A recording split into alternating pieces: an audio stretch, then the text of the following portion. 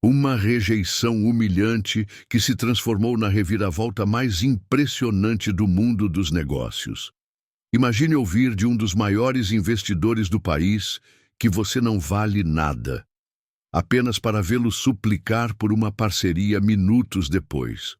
Esta é a história real de como um projeto revolucionário transformou desprezo em admiração, arrogância em humildade, e uma única apresentação mudou completamente o rumo de duas vidas. Prepare-se para conhecer os bastidores de uma negociação que ninguém esperava e que vai fazer você questionar tudo sobre primeiras impressões e o poder da perseverança. Era uma terça-feira chuvosa de março em São Paulo, quando Marcos chegou ao imponente edifício comercial na Faria Lima. O vidro espelhado refletia as nuvens carregadas e o barulho do trânsito intenso da cidade se misturava com as gotas que batiam no asfalto. Ele carregava uma pasta de couro marrom, já desgastada pelo tempo, onde guardava meses de trabalho árduo.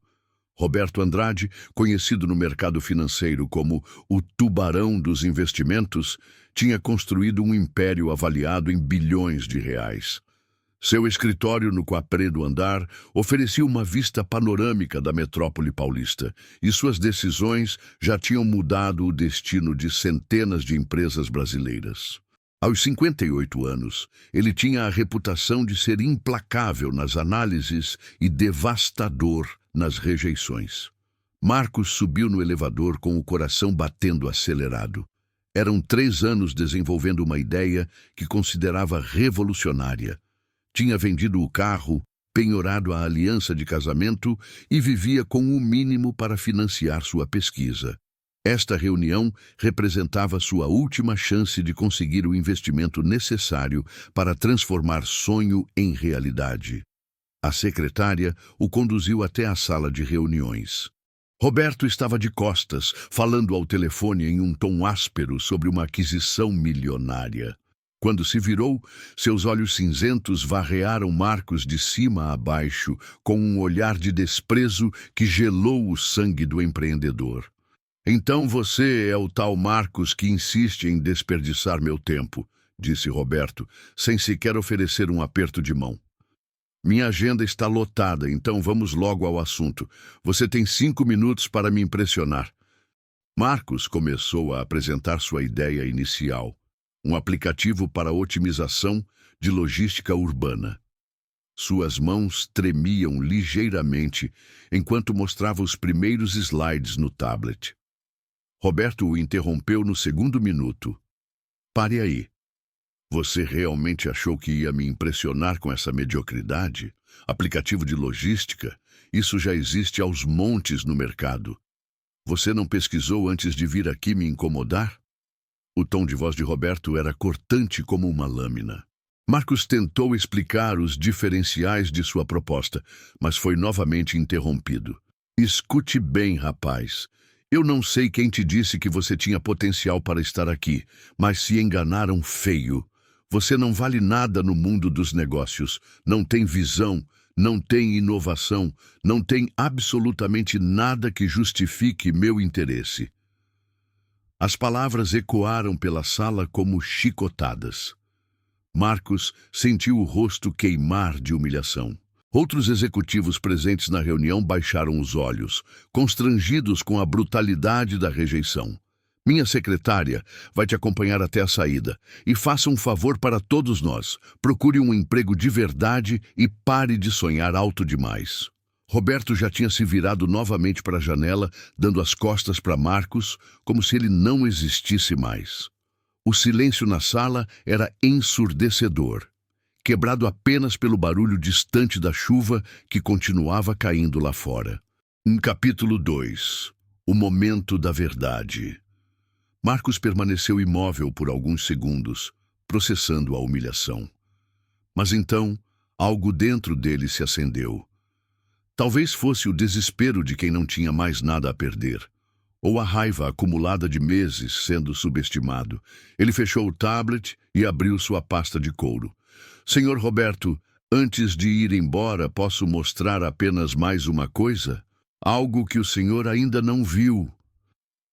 Roberto suspirou com irritação, mas acenou impaciente com a cabeça sem se virar. Marcos retirou da pasta um protótipo rudimentar, mas funcional. Era um dispositivo do tamanho de um smartphone, com uma tela sensível ao toque e vários sensores acoplados. Ele o colocou sobre a mesa de reuniões e o ligou. Este não é um simples aplicativo de logística, disse Marcos, sua voz agora firme e segura. É um sistema integrado de inteligência artificial que prevê e otimiza o fluxo urbano em tempo real, usando dados meteorológicos, padrões de comportamento humano e análise preditiva de tráfego. A tela do dispositivo se iluminou, mostrando um mapa tridimensional de São Paulo com pontos pulsantes em diferentes cores. Roberto, ainda de costas, fez um comentário sarcástico sobre brinquedinhos tecnológicos. Mas quando Marcos continuou a explicação, algo mudou no ar da sala.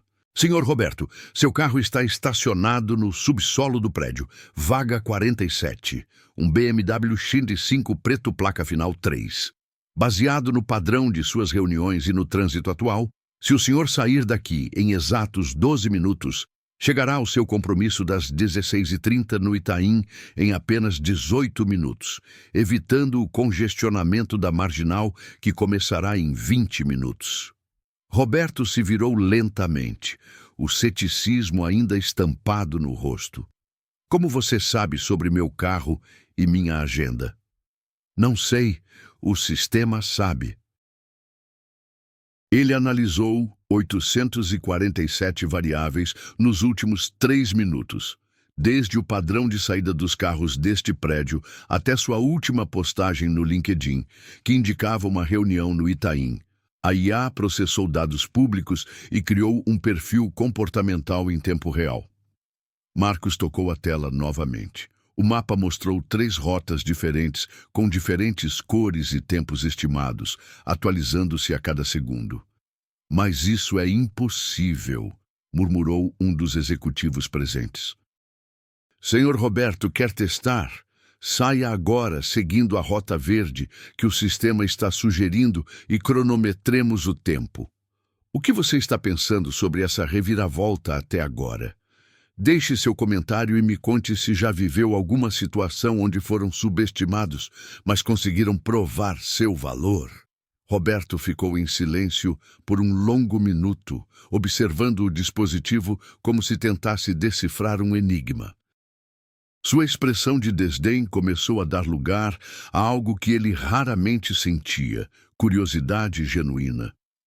Explique melhor como isso funciona, disse, aproximando-se da mesa pela primeira vez desde que Marcos chegara. O sistema não é apenas sobre trânsito, continuou Marcos, percebendo que agora tinha a atenção total do investidor. É sobre comportamento humano urbano. Ele aprende, evolui e se adapta. Pode prever desde onde haverá maior demanda por táxis até qual região da cidade terá picos de consumo em restaurantes. Marcos tocou diferentes pontos no mapa e o sistema mostrava dados em tempo real. Densidade populacional, fluxo de pedestres, padrões de consumo, até mesmo previsões meteorológicas hiperlocais. Isso aqui, disse apontando para uma área específica do mapa, mostra que em 40 minutos haverá uma tempestade forte na região da Vila Madalena. O sistema já está recomendando rotas alternativas para motoristas de aplicativo e sugerindo que lojistas daquela área aumentem o estoque de guarda-chuvas. Roberto se inclinou sobre o dispositivo, seus olhos agora brilhando com interesse. A arrogância estava dando lugar ao fascínio de alguém que reconhece uma oportunidade de ouro. Quantas cidades conseguem ser mapeadas assim? Teoricamente, qualquer metrópole do mundo. O sistema se adapta aos padrões locais em 72 horas. Já testei versões reduzidas em Rio de Janeiro, Brasília e Porto Alegre. E a precisão? 97,4% em previsões de até 2 horas. Para previsões de 24 horas, ainda mantém 83% de precisão. Roberto passou a mão pelo cabelo grisalho, um sinal que seus funcionários conheciam bem. Ele estava impressionado e tentando processar as possibilidades. Senhor Marcos, disse, e pela primeira vez usou seu nome com respeito. Me perdoe pela forma como o recebi. Claramente subestimei o que o senhor trouxe aqui. O clima na sala mudou completamente. Os outros executivos, que antes pareciam constrangidos pela humilhação de Marcos, agora se aproximavam com interesse genuíno. Posso fazer algumas perguntas mais técnicas? Continuou Roberto, sua voz agora carregada de um entusiasmo que tentava controlar. Por 1 hora, Marcos respondeu a dezenas de questões detalhadas. A cada resposta, via o rosto de Roberto se transformar ainda mais. O homem que havia dito que ele não valia nada, agora pendia cada palavra como se fossem pepitas de ouro. Muito obrigado por chegar até aqui. Sabemos que seu tempo é precioso e agradeço imensamente por acompanhar esta história incrível até este ponto. E pode acreditar, o melhor ainda está por vir nos próximos capítulos. Quanto você precisa para desenvolver isso completamente? Perguntou Roberto, tentando manter a compostura empresarial, mas com uma urgência na voz que ele não conseguia esconder. Inicialmente eu pensava em 2 milhões para a primeira fase, respondeu Marcos. Roberto balançou a cabeça negativamente. 2 milhões é muito pouco. Com esse potencial, você vai precisar de pelo menos 15 milhões para fazer isso direito. Estrutura, equipe, licenças, expansão internacional. Marcos quase engasgou. Há 30 minutos, Roberto dizia que ele não valia nada. Agora oferecia mais de 7 vezes o que havia pedido. Mas há um problema, continuou Roberto, andando nervoso pela sala. Se eu conseguir ver o potencial disso hoje, outros investidores também vão ver em breve. Este projeto não pode vazar de forma alguma. Ele se dirigiu aos outros executivos na sala. Tudo o que foi discutido aqui hoje é confidencial. Marcos, preciso que assine um acordo de exclusividade ainda hoje. Não pode apresentar isso para mais ninguém. Senhor Roberto, ainda nem discutimos os termos da parceria, disse Marcos, começando a entender que estava numa posição de poder que nunca imaginara ter. Você está certo. Vamos negociar agora. Roberto se sentou à frente de Marcos como um igual. O que você tem em mente? Durante as 3 horas seguintes, estabeleceram os termos do que seria chamado de Projeto Metrópolis. Roberto ofereceu 15 milhões de reais para desenvolvimento, mais uma estrutura completa de escritórios e uma equipe de 20 engenheiros especializados. Em contrapartida, sua empresa ficaria com 60% do negócio, deixando 40% para Marcos, um percentual generoso para investimentos dessa magnitude. Há uma condição especial, disse Roberto ao final das negociações.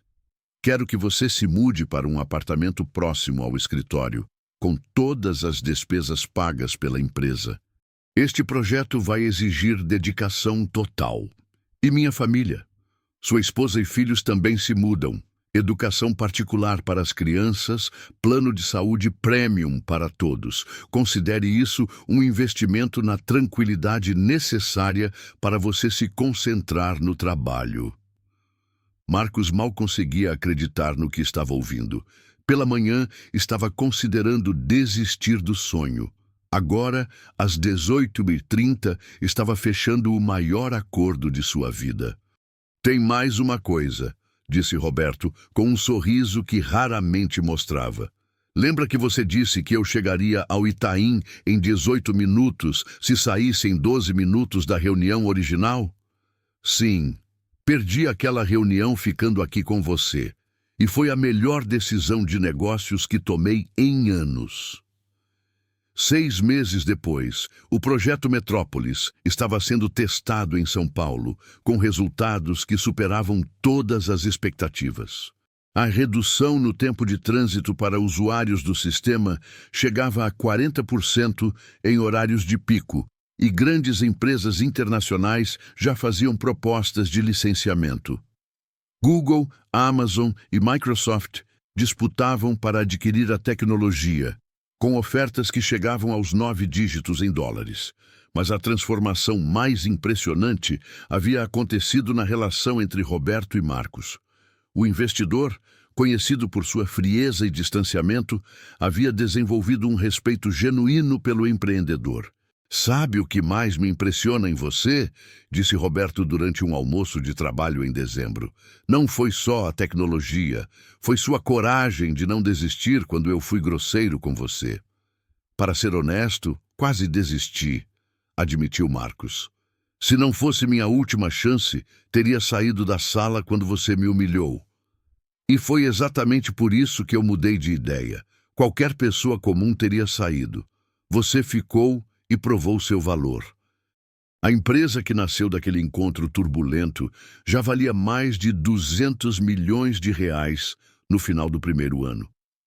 O sistema estava sendo implementado em 12 cidades brasileiras e tinha contratos assinados para expandir para Londres, Nova York e Tóquio. Roberto, que um dia disse que Marcos não valia nada, agora o apresentava para outros investidores como o empreendedor mais brilhante que já conheci. Em uma entrevista para uma revista de negócios, Roberto foi perguntado sobre o segredo de identificar bons investimentos. "Aprendi que às vezes nossos preconceitos nos cegam para oportunidades incríveis.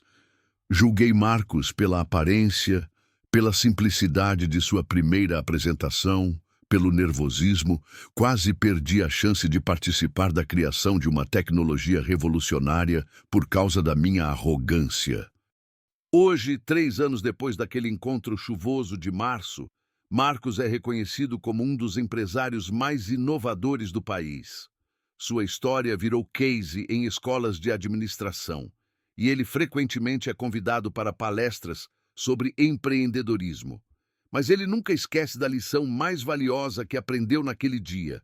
Não importa quantas vezes te digam que você não vale nada. Se você tem convicção no seu potencial, continue lutando. Uma única oportunidade pode mudar tudo. Roberto e Marcos se tornaram não apenas parceiros de negócios, mas amigos verdadeiros. E sempre que contam esta história juntos, Roberto faz questão de terminar com a mesma frase: "A humildade de reconhecer quando estamos errados vale mais do que qualquer investimento financeiro." E você, o que faria se fosse humilhado dessa forma? Teria a coragem de continuar ou desistiria no primeiro obstáculo? Conta aqui nos comentários qual foi a maior virada de mesa que você já presenciou ou viveu na sua vida. Se esta história te inspirou, não esquece de se inscrever no canal e ativar o sininho para não perder nenhuma das nossas histórias reais que vão te surpreender. E já deixo aqui a recomendação. Assista ao próximo vídeo, onde revelamos como um garçom se tornou dono da empresa que o demitiu. Você não vai acreditar no que aconteceu.